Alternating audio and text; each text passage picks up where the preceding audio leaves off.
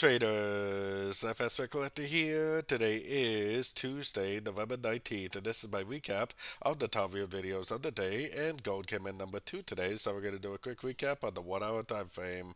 If you didn't see my full down analysis on gold from this morning, make sure you check out the video linked at the end of this video over here.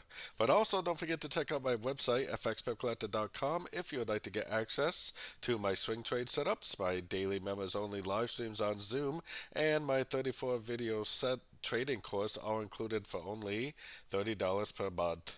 So gold did end up drifting up a little more today. I was talking this morning about how we are very likely in a 1, 2, and 3 of wave A. We didn't get any break of structure. We never did break really any significant structure to the downside, so the wave 3 is definitely still active.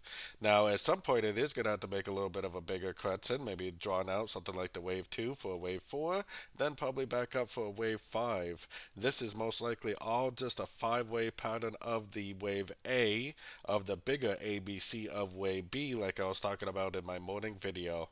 So we probably are getting a little bit closer to the end of this wave 3, eventually making a wave 4, making a wave 5, all part of a wave A of wave B, most likely.